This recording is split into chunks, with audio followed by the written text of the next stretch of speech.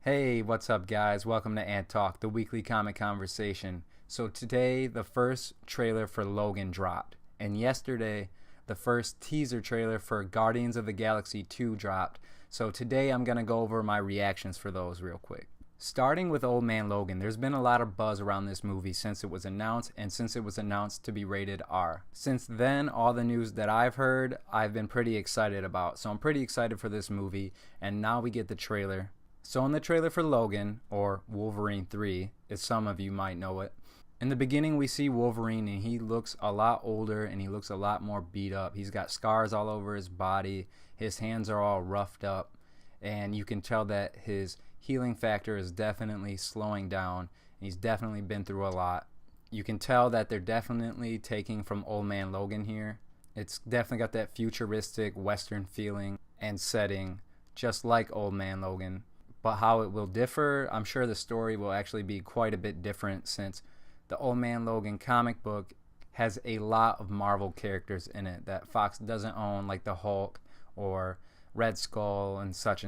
So I'm sure the story will actually be quite a bit different from it, even though the setting and Wolverine's physical state seem to be pretty on par with that. The whole trailer is scored by this Johnny Cash song, and I think it just goes perfect with setting the tone. It got me really engaged in this trailer, and if it's any reflection on the tone of the movie, I think we're in for a big surprise. We see Professor X in this old water tower.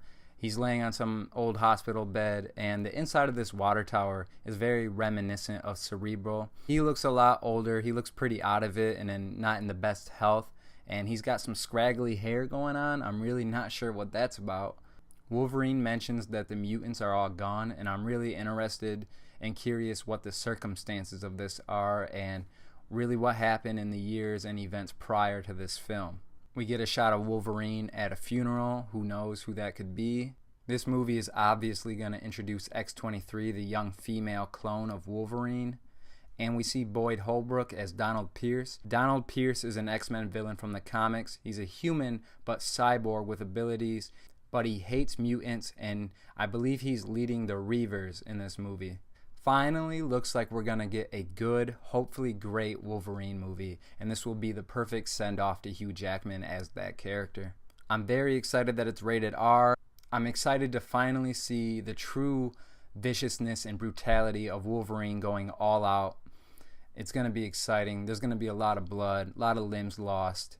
It's going to be great. This trailer kind of has two versions. One's a Red Band trailer. I think the only difference is at the end of the Red Band trailer, he actually stabs a guy full through the head. Doesn't give away too much of the story. We can assume it'll be along the lines of Wolverine and Professor X trying to save and escort X-23 and having to deal with Donald Pierce along the way.